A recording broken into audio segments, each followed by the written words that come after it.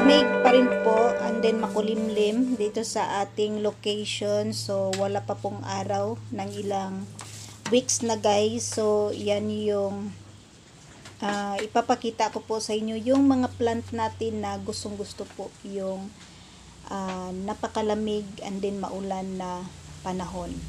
Hello everyone, ito po si Charching ng Succulent Davao and welcome sa ating YouTube channel.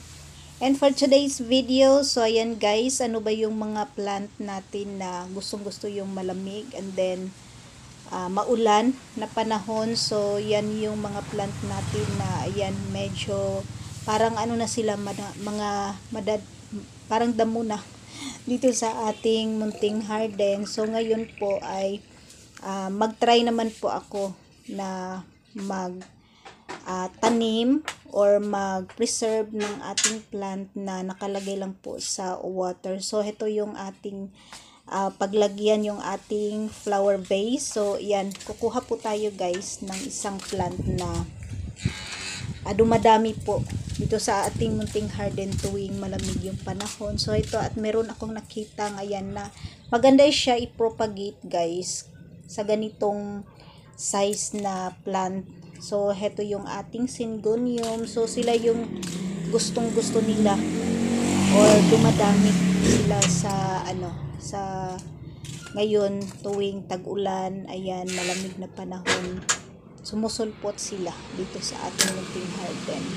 So yan ang gagawin ko ngayon guys, i-preserve ko lang siya dito sa ating flower vase kasi mabilis naman po itong dumami. So gusto ko kasi yung ano lang siya, yung hindi siya yung lush talaga tingnan na plant. So gusto ko i-ano lang siya guys, pang display lang natin siya sa ating dito sa ating mga cactus. Kasi yung second layer natin na plant track ay puro cactus, so wala pong madahon na plant. So heto yung ilagay ko doon pang display natin or gawin nating flower vase or flower display.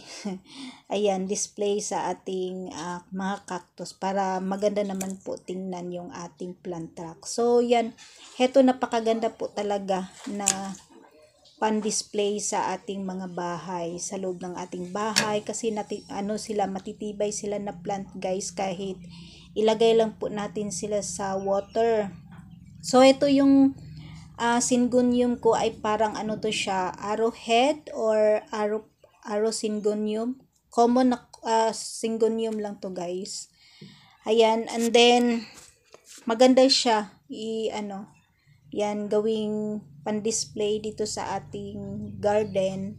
Yan ganito lang para hindi siya lumago ng sobra. Ayan, ganyan lang siya and then mabilis lang po talaga silang dumami dito sa ating munting garden, lalo na po ngayon na maulan, malamig yung panahon. So yan, at napakalaki po ng kanyang dahon kasi pag lang to, gumagapang lang siya doon sa ating sa labas, para na siyang damo, hindi na siya kagandahan tingnan. Pero pag ganito lang guys na ayan, ganyan, display natin sa ating mga bahay, napakaganda po niyang tingnan. So hindi po siya sensitive na plant, basta nakalagay lang po siya sa tamang location.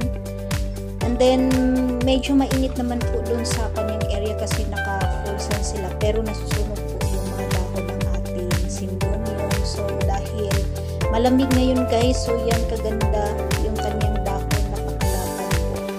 Ayan, so dito natin siya ilagay. Ayan, meron na tayo